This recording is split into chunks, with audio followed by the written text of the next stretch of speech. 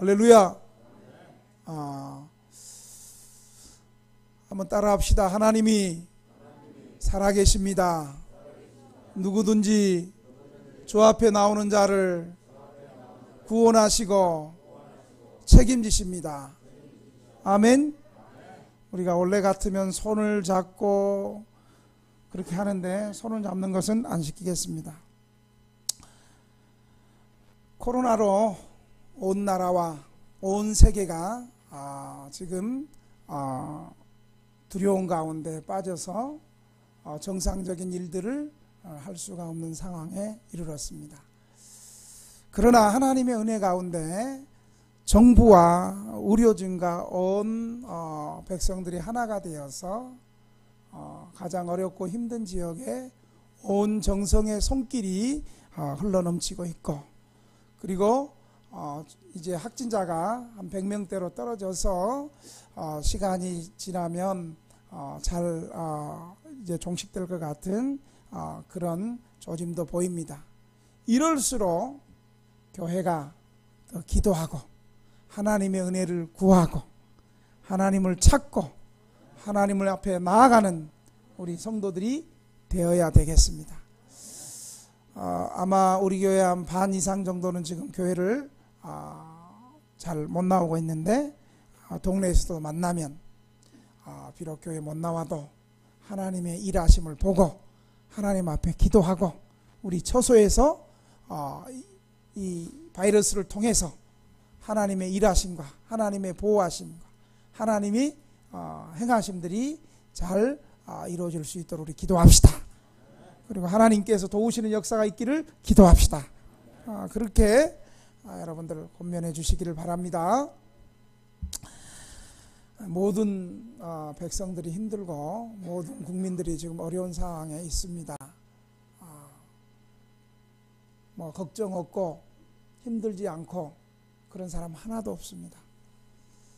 이럴 때 우리의 믿음이 더 필요한 때인 줄로 믿습니다. 저는 모든 사람들이 어렵지만 특별히 가장 어려운 사람들이 거리에 놓여있는 노숙인들이라고 생각합니다. 에이, 목사님이 노숙자 목회를 하니까 뭐 그런 소리 하지. 아니, 실제로 그렇지 않아요. 이제 코로나 때문에 거의 무료급식 하는 곳이 다 폐쇄당하고, 그리고 식당들도 거의 문을 닫고 있고, 또 이런 때에 행색이 좀 초라하고 이런 노숙자들에게 평소에도 식당이 그런 사람들을 손님을 받지 않았는데, 더더욱 이런 비상시국 가운데서는 노숙인들이 더 어렵게 되었습니다. 아무리 힘들어도 기본 의식주 생활이 보장되어야 되는데, 이제 거리에서 노숙하는 분들은 상당히 생존 자체의 위기를 느끼게 됩니다. 그래서 저희들도 금요일날 동대문 역사공원에서 하는 역전 예배를 원래 11시 반에 가면 찬양하고 예배드리고 그 다음에 무료급식을 했는데, 또 시국이 이런데 역전해서 예배를 드리고 그러면 또 우리를 신천지로 오해할까 싶어가지고 또 정부에 또 정부와 함께 또 협조하는 의미로 그 안에도 주일마다 동사무소 동장님하고 직원들이 힘들게 우리 교회 제발 예배를 좀 안 드렸으면 하는 마음으로 체크하고 가는데, 또 역전해서까지 그렇게 하면 얼마나 힘들까 싶어서 우리가 역전 예배는 드리지 않고 그 시간에 가서 급식을 하고 있습니다. 지난주 금요일 날은 김밥을 싸가지고 김밥하고 그 다음에 컵라면하고 또 마스크하고 그렇게 해서 우리가 거리에 있는 노숙인들에게 급식을 전달하고 왔습니다. 평소에는 됐어요 목사님 안 먹어요 예배 드리는 게 싫어가지고 마지막 남은 최고의 그 자존심 때문에 이거 목사님 먹었어요 안 먹어요 처음에 빼거든요. 그러지 말고 드시라고 그러면 먹는데, 이번에는 빼는 게 없어. 아이고 목사님 한 그릇 더 주세요. 밥 한 그릇만 더 주세요. 남는 것도 없어요. 라면도 하나 더 주세요. 말도 잘 들어. 이렇게 어려움이 한 번씩 있어야 돼요. 매주 주고 맨날 주니까 당연한 줄로 알고 직권 줄 알고 있다가 좀 어렵고 이제 무료급식도 하는 데도 없고 찾아가는 우리 교회밖에 없어 놓으니까 역전에 있는 노숙자들이 말도 잘 듣고 겸손하더라고.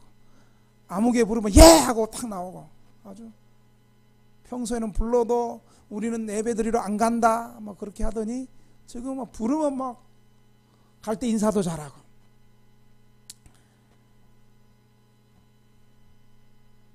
오늘 본문은 예수님께서 하나님의 아들로 이 땅에 복음을 전하는 갈릴리 초기 사역을 요약해서 말해주고 있습니다. 자, 오늘 23절 말씀이 예수님의 사역 전체를 요약하고 있어요. 예수님의 사역은 무엇인가? 23절에 다 나와 있어요. 우리 23절 한번 읽어봅시다. 시작. 예수께서 온 갈릴리에 두루 다니사 그들의 해당에서 가르치시며 천국 복음을 전파하시며 백성 중에 모든 병과 모든 약한 것을 고치시니. 자, 한번 따라 합시다. 예수님의 사역은요, 자, 가르치시고, 다 같이 가르치시고, 전파하시고, 고치셨다. 예수님의 사역은 하나님의 말씀을 가르치시고, 또 복음을 전파하고, 아픈 사람을 고쳐주시는 것이 이 예수님의 3대 사역이었습니다.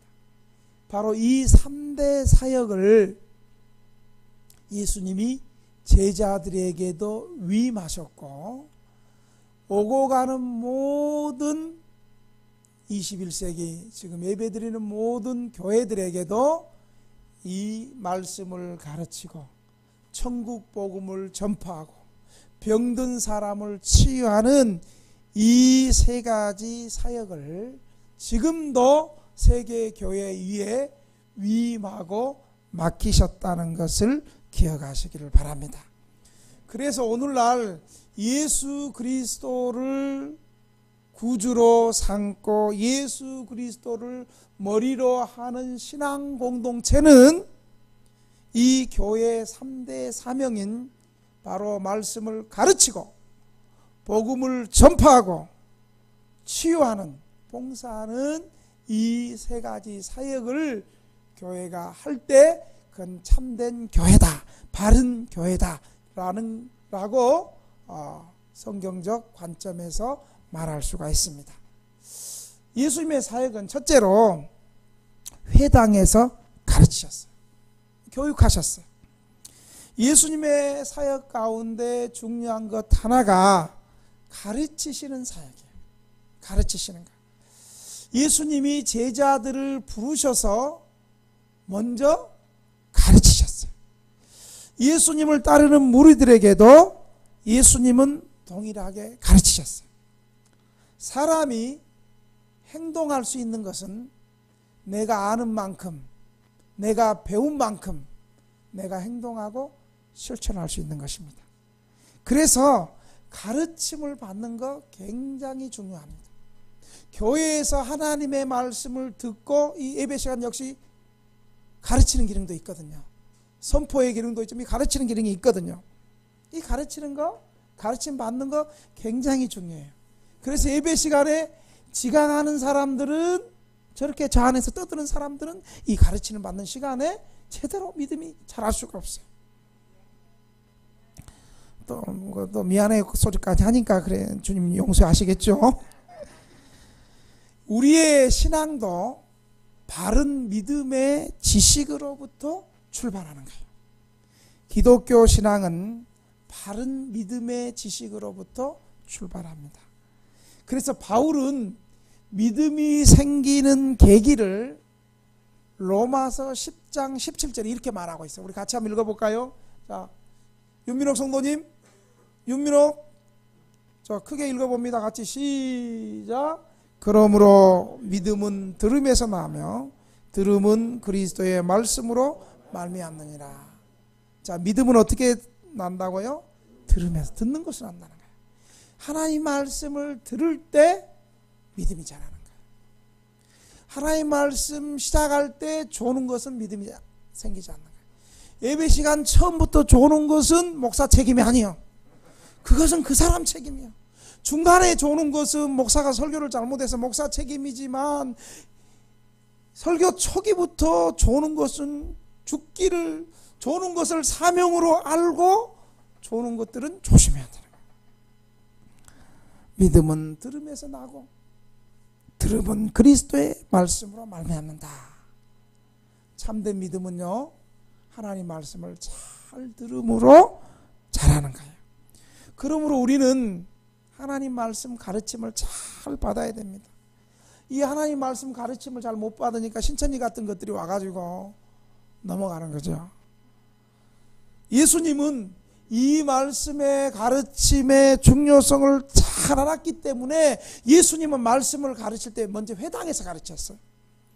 주의가 산만한 밖에서 가르친 것이 아니라 주의가 산만한 것이 아닌 사람들을 차분하게 잘 가르칠 수 있는 곳인 회당에서 가르치셨습니다.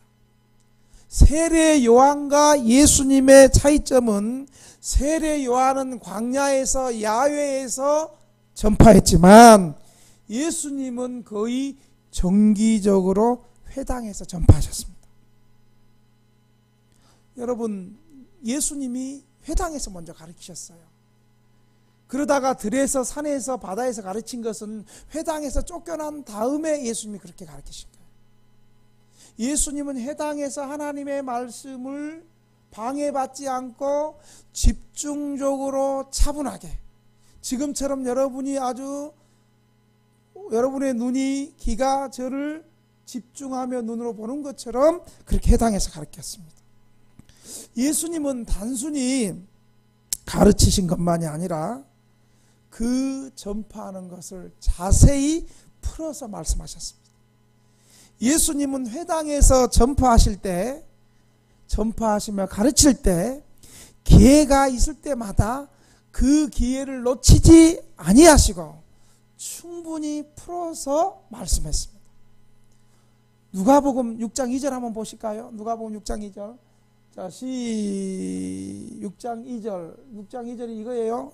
누가복음 6장 2절에 보면 안식일이 되어 회당에서 가르치시니 많은 사람이 듣고 놀라 가로되 이 사람이 어디서 이런 것을 얻었느냐? 이 사람의 받은 지혜와 그 손으로 이루어지는 권능이 어찌 되며? 예수님이 회당에서 가르치실 때에 예수님의 가르치심에는 권세가 있었습니다. 뭐가 있었다고요? 권세가 있었고 권능이 있었고 놀라운 감동이 있었습니다. 누가복음 4장 31절 32절에 똑같이 말씀했어요. 자, 누가복음 4장 31절 같이 한번 읽겠습니다. 시작. 갈릴리 가버나움 동네에 내려와서 안식일에 가르치심에 저희가 그 가르치심에 놀라니 그 말씀이 뭐가 있다? 권세가 있습니다. 그 말씀이 권세가 있었다. 예수님의 가르치심에 뭐가 있었다고요? 권세가 있었고 감동적이었기 때문에 예수님의 말씀에 권세가 있었기 때문에 그 말씀의 권세로 귀신 들린 사람들이 쫓겨나가고 귀신들을 제어하는 역사가 일어났던 거예요. 그리고 예수님의 말씀에는 권세뿐만이 아니라 또한 중요한 게 예수님은 사랑이 있었어요. 예수님은 가르치실 때 사랑으로 가르치셨어요. 사람들의 마음에 그리고 사람들의 삶에 꼭 필요한 말씀을 하셨기 때문에 그 말씀에 깊은 감동이 되었습니다. 왜 예수님의 말씀에는 권세가 있었을까요? 첫째, 예수님 자신이 권세가 있기 때문입니다. 두 번째, 예수님의 말씀은 바리새인들과 달리 바리새인들은 말과 행실이 달라서 위선적이었는데 예수님은 말과 행동이 일치가 되어서 그 말씀에 권세가 있었던 거예요. 세 번째로 예수님은 왜 권세가 있었어요? 예수님의 사역에 성령님이 함께 계셨기 때문에. 그럼 우리도 권세 있는 말씀을 가르치려면 우리가 어떻게 해야 되느냐? 첫째로 권세가 있는 예수님을 증거해야 돼. 목사같이 얘기하면 안 돼. 쓸데없는 얘기하면 안 되고, 목사는 권세 있는, 권세의 근원이 되시는, 권능의 근원이 되시는 예수님을 증거해야 됩니다. 두 번째로 성경의 하나님의 말씀을 확신하고 성경의 권위에 순종하면서 증거해야 됩니다. 셋째로 예수님의 사역에 성령의 권능이 기름 붓듯이 임했던 것처럼 성령의 권능을 증거해야 하므로 설교자는, 말씀을 가르치는 자는 기도를 많이 해야 됩니다. 아멘? 그런데 요즘에는 설교 준비를 많이 하는데 기도를 많이 하네. 그러니까 그 설교에 권능이 없고, 그 설교에 영혼의 구원이 없고, 그 설교에 치료의 기름 부음이 안 나타나는 거예요. 이처럼 예수님은 예수님의 사역 가운데 이 가르치시는 것, 가르치시는 이 사역에 권세가 나타나셨고, 이 가르치는 것을 예수님 굉장히 중요하게 생각했습니다. 진리의 말씀으로 가르침을 받으면 깊은 감동이 생기고, 삶의 의욕이 생기고, 하나님의 말씀이 증거될 때에 죽은 영혼이 살고, 죽고 싶고 졸고 싶고 마음의 세상에 재미가 하나도 없고 늘 마음이 어둡고 어떻게 인생을 살아야 되나 죽고 싶은 마음에 강력한 하나님의 말씀이 임하면 그 마음 중심에서 우리의 영혼 깊은 곳에 내가 살아야겠다는 생명의 의욕이 살아난다는 사실을 여러분 믿으시기 바랍니다. 그리고 새롭게 살아야 되겠다는 마음이 생기는 거예요. 그전에는, 하나님 말씀을 받기 전에는 내 인생 삶은 뭐하나, 내가 봐도 노숙자고 다른 사람도 나를 노숙자라고 그러고 내가 내 자신을 봐도 무가치한 존재라고 생각하는데, 하나님의 권능의 말씀이 내 안에 들어올 때에 내 영혼이 살아나고 내 마음 깊은 곳에서 살아야 되겠다는 마음이 생기는 거예요. 아멘? 내가 이렇게 살 수는 없다. 이렇게 좌절하고 죽을 존재가 아니고, 나는 무가치한 존재가 아니고, 한번 따라합시다. 나는 하나님의 형상으로 지음받은 소중한 존재다. 나는 존귀한 사람이다. 왜요? 예수님이 나를 위해서 십자가에서 죽으셨고, 예수님이 나를 위해서 내가 다 이루었다라고 말씀해 주셨기 때문입니다. 그래서 우리는 날마다 하나님 말씀을 가르침 받고 은혜 받고, 교회가 공적으로 모이는 모든 예배 시간에 우리는 정기적으로 나와서 하나님 말씀을, 가르침을 받아야 됩니다. 물론 지금 코로나로 인해서 몸이 약하고 심신이 허약한 사람들은 개인적으로 하나님의 말씀을 받아야 되지만, 그렇지 않는 사람들 공적으로 모여야 하는 것입니다.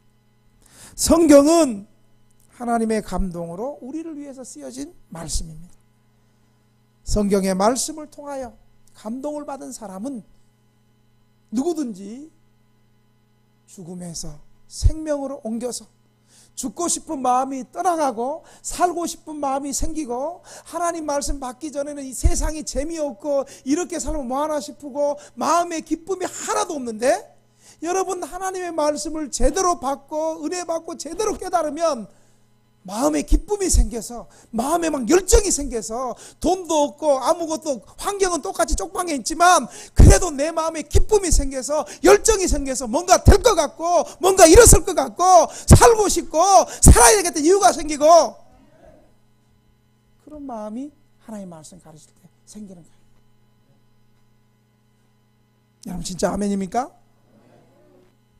두 번째로 예수님의 사역은 천국 복음을 전파하셨습니다. 예수님께서 공생애를 사시면서 제일 먼저 전파한 것이 천국 복음이었어요. 하나님 나라였어요. 예수님이 이 땅에서 가장 첫 번째 하신 말씀이 뭔지 아세요? 마태복음 4장 17절에 이렇게 말씀하고 있어요. 자, 시작. 이때부터 예수께서 비로소 전파하여 가로되 회개하라 천국이 가까웠느니라 하시더라. 아멘. 한번 따라합시다. 특별히 조는 것들한테 찌르면서, 옆구리를 찌르면서 얘기합시다. 회개하라 천국이 가까웠느니라. 아멘. 여러분, 천국 복음은 무엇입니까? 천국 복음은 첫째로 하나님의 왕권, 하나님의 통치권, 하나님의 절대 주권을 인정하고 받아들이고 고백하는 것이 천국 복음이에요. 다시 말하면 하나님이 온 우주의 왕이 되시고, 하나님이 내 인생의 왕이 되시고, 온 우주의 왕이 되신 하나님, 내 인생의 왕이 되신 하나님이 나를 통치하시고 나를 다스리시고, 내가 어떤 환경에 있다 할지라도 하나님의 절대 주권으로 나를 다스리시고 인도하신다. 이렇게 믿는 것이 하나님 나라는 거예요. 그래서 하나님 나라를 누가복음 17장 21절에 이렇게 말했어요. 누가복음 17장 21절 시작. 또 저기 있다고도 못하리니 하나님의 나라는 너희 안에 있느니라. 하나님 나라가 어디 있다고요? 너희 안에 있다. 죽어서 가는 저 천국, 그 미래에 임할 예수님의 재림과 함께 이루어질 하나님 나라고, 먼저 우리가 하나님 나라는 예수님께서 오셔서 윤민옥 회개하라 천국이 가까이 왔느니라 이렇게 말할 때, 이 하나님 나라는 장소적인 의미로 말하는 것이 아니에요.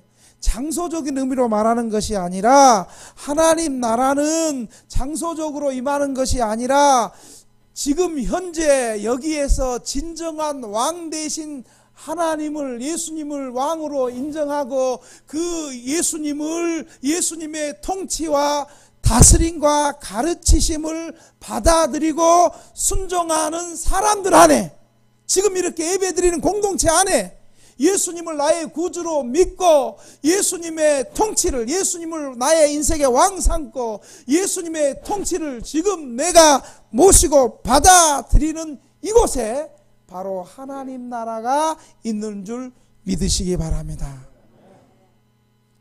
할렐루야 찬양하세. 그 다음 뭐예요? 내 모든 죄 사함 받고, 그 다음에 주 예수와 동행하니 그 어디나 하늘나라. 주 예수와 동행하니 그 어디나 하늘나라.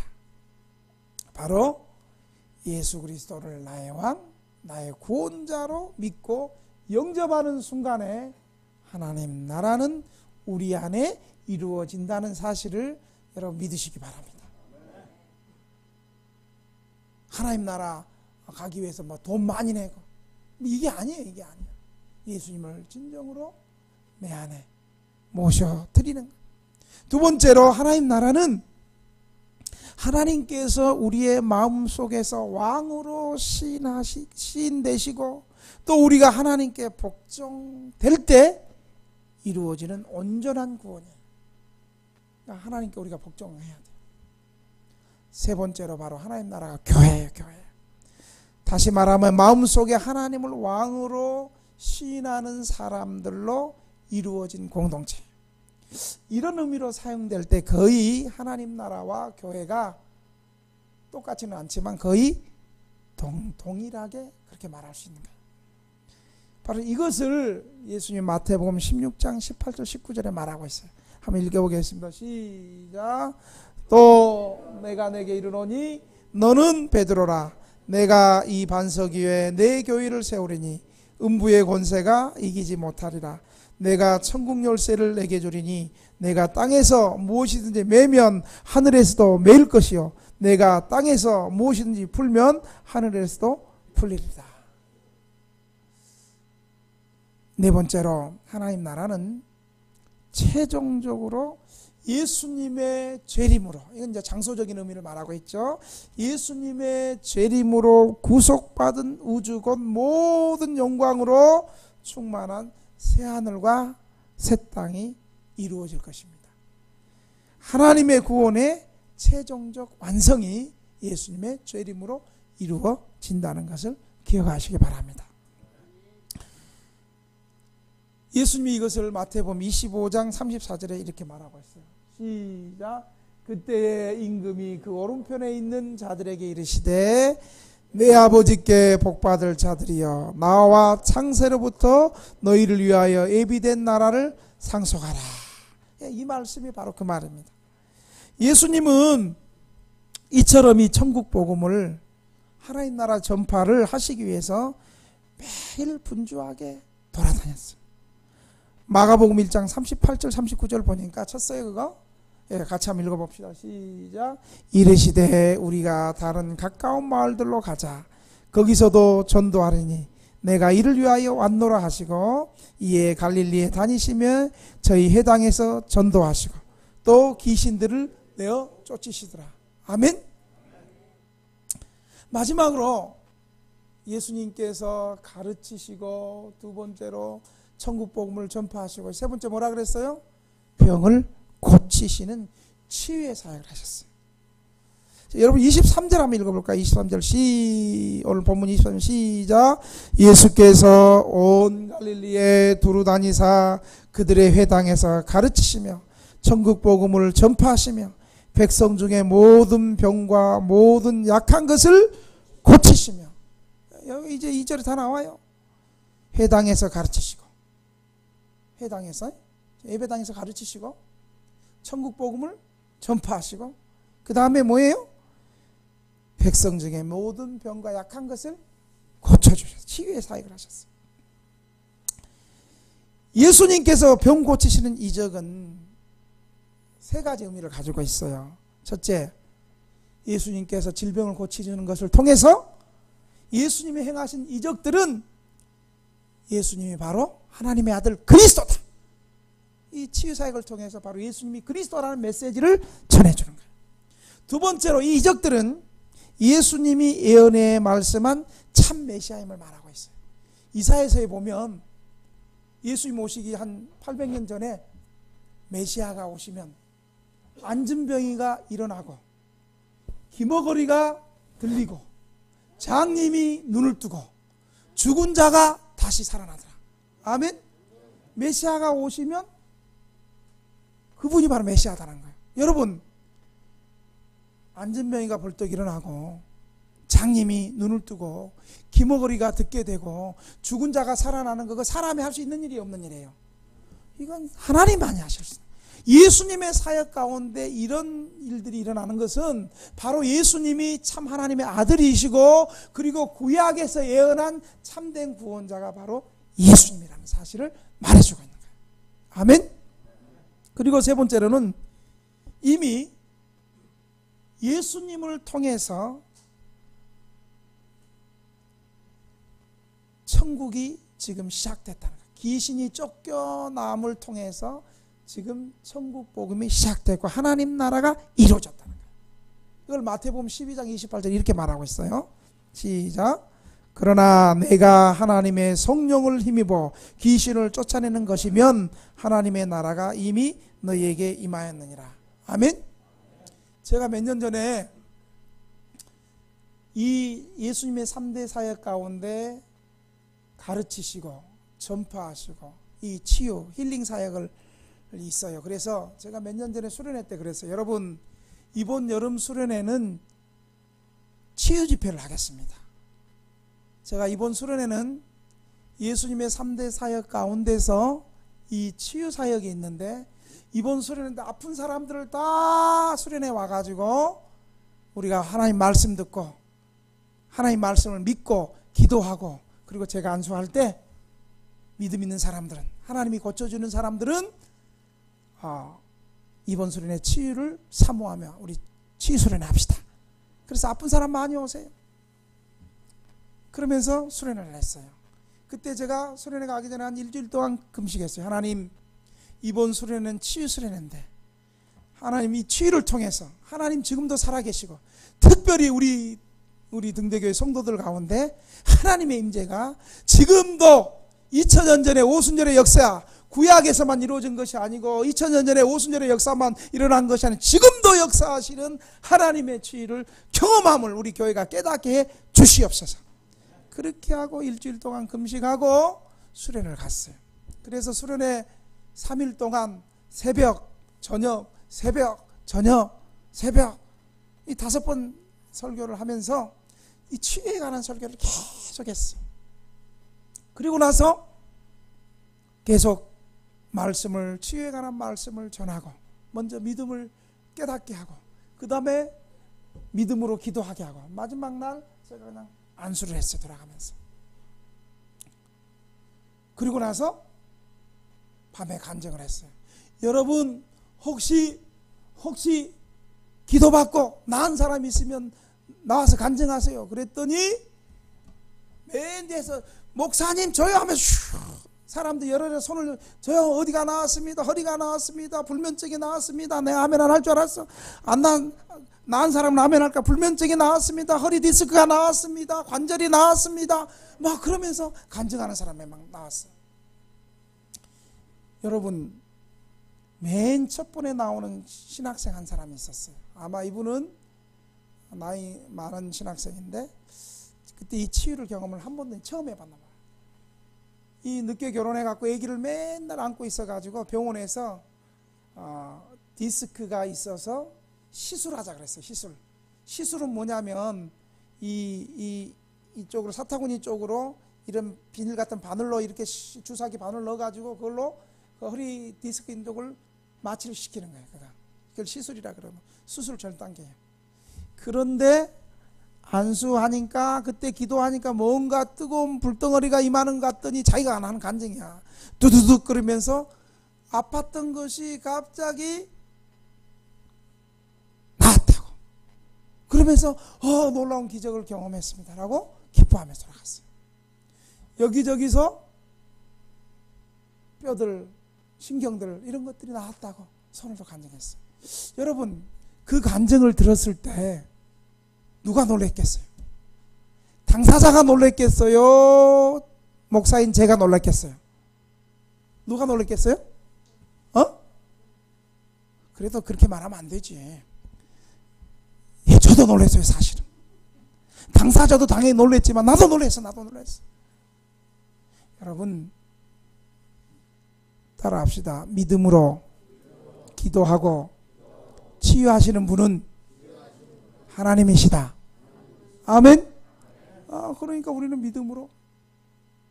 그런데 요즘에 많은 잘못된 신학과 믿음 없는 신학자들, 믿음 없는 교수들, 믿음 없는 신학자들, 복음이 없는 교수들은 치유는 2000년 전에 예수님 당대에 성경이 기록되기 전에 제자들에게만 치유가 임하고 지금 이 시대는 성경이 기록되기 때문에 치유가 간헐적으로 일어난다는 거예요.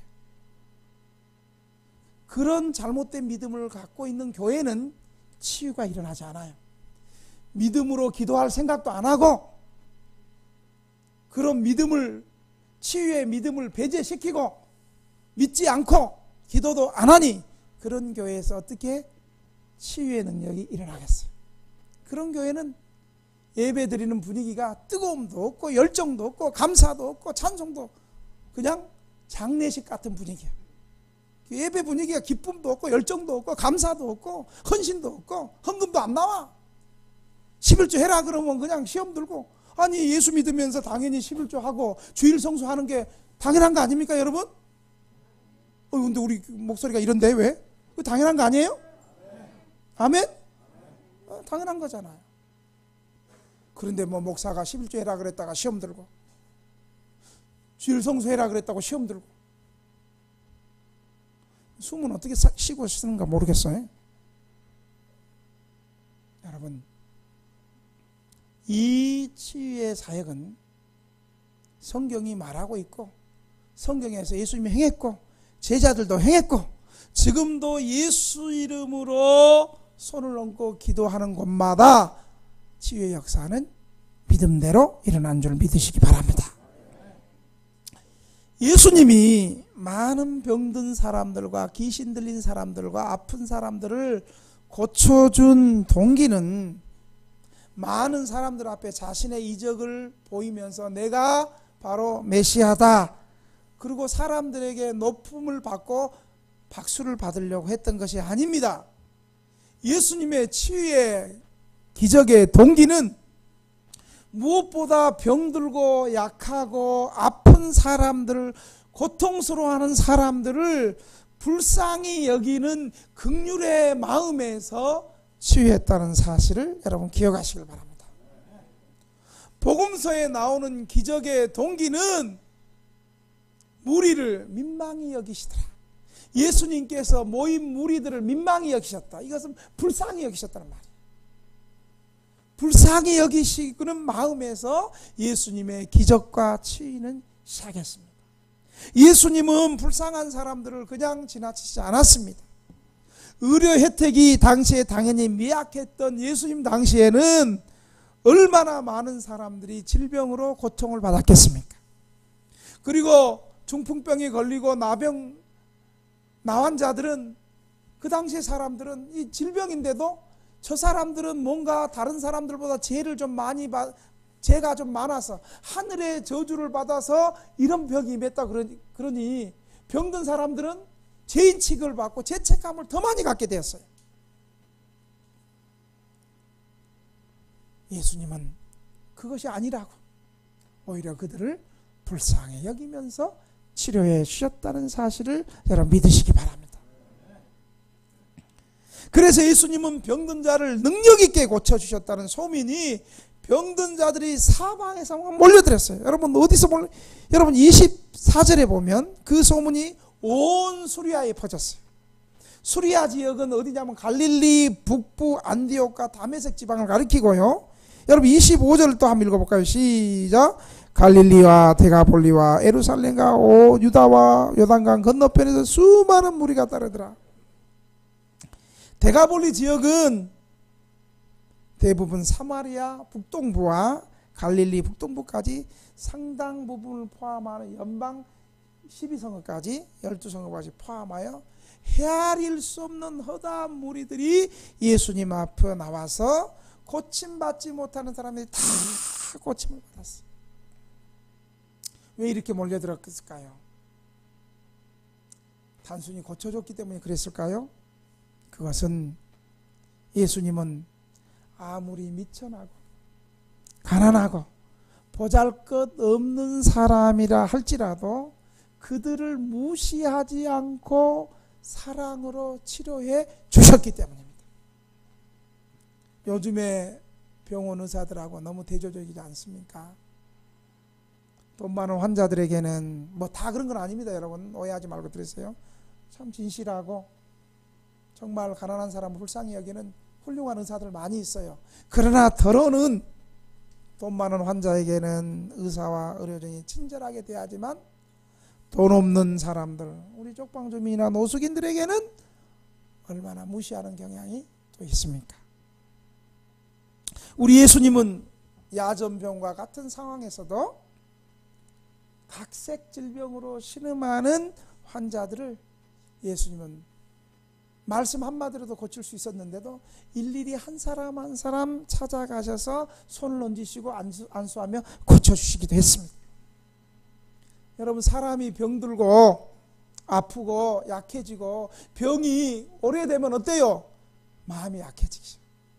마음이 약해지. 그렇게 믿음 좋던 장로님도 나이가 80이 넘어가고 그러니까 이 장로님도 몸이 아프고 수술하고 이러니까 아주 마음이 좀 약해지는 것을 내가 경험했어요. 사랑하는 등대교회 성도 여러분, 우리 주변에도 원치 않는 질병으로 오래 고통당하는 분들, 또 인생의 실패와 실수로 빚더미에 시달리고 오갈 곳 없는 정신적으로 육체적으로 고통당하는 사람들이 많이 있습니다.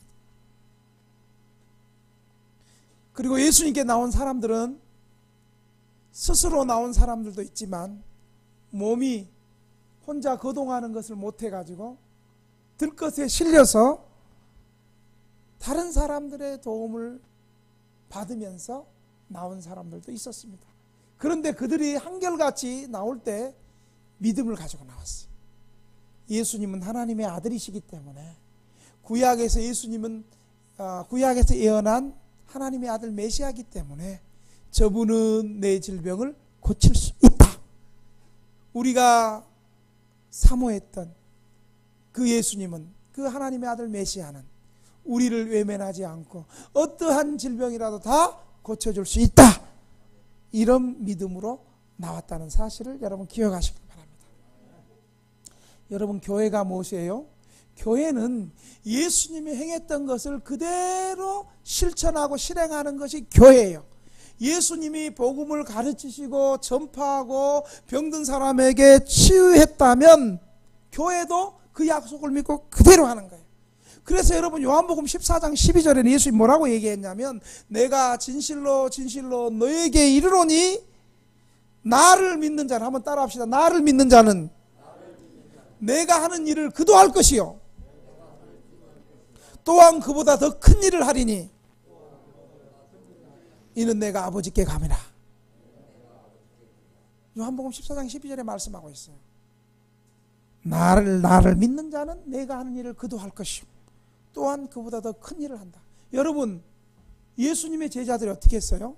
예수님이 귀신 쫓아내고 병든 사람 고치고 죽은 자 살리는 일을 제자들이 오순절날 마가다락방에서 성령의 권능을 받고 오순절의 약속을 믿고 기도하여 성령 권능 받아가지고 베드로가 맨 첫 번째 사도행전 3장에 성전 문 앞에 미문에 가니까 누가 있었어요? 날 때부터 일어나지 못하는 안진뱅이가 구걸하고 있을 때 베드로가 뭐라 그랬어요? 건강은 내게 없지만 내게 있는 것 내가 주노니 나사렛 예수 이름으로 일어나 걸으라 하고 일으키니까 어땠어요? 발목에 힘이 들어가 그가 나았어요.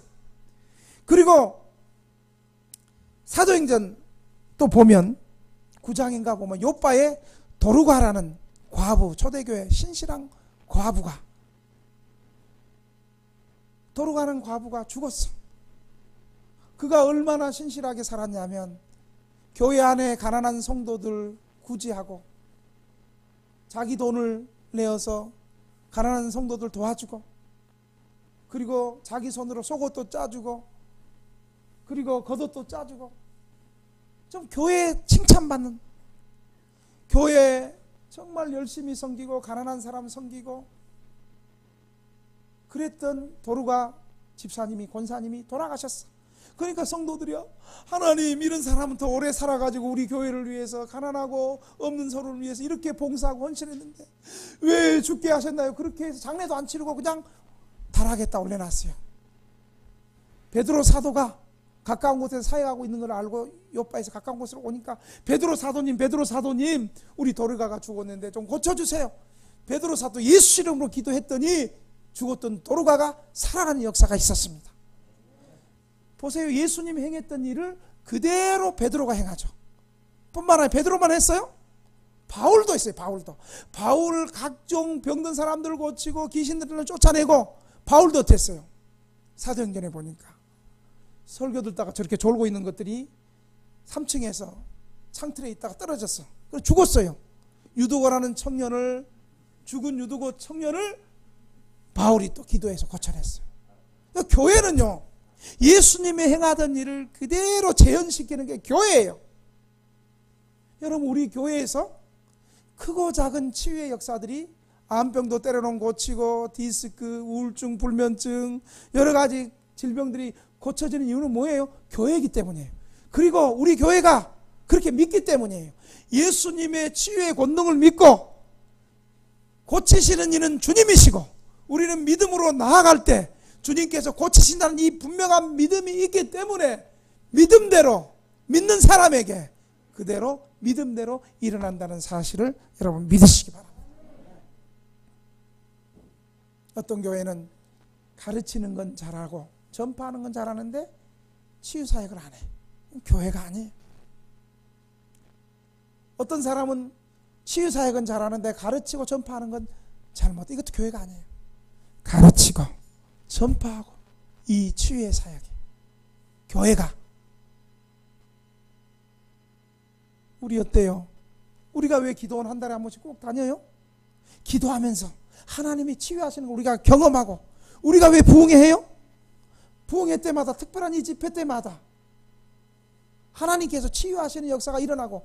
우리가 왜 금요기도회 때마다 끝나고 나서 왜 안수기도를 받아요?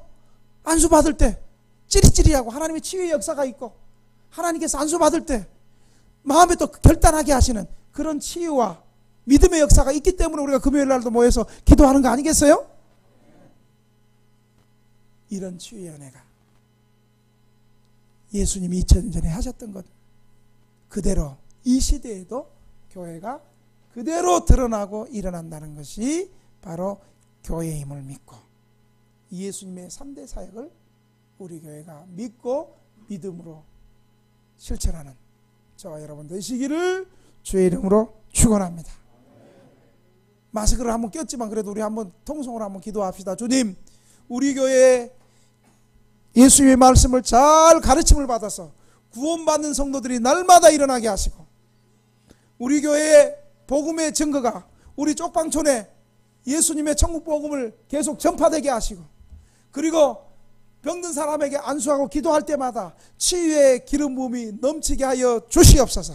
특별히 기도할 때 여러분 아픈 사람도 정신적으로 우울증, 불면증, 정신분열, 지적장애 있는 사람 머리에 손 얹고, 또 허리, 어깨 뭐 아픈데 손 얹고 이 시간 통성으로 주님 한번 부르고 통성으로 한번 기도하겠습니다. 주여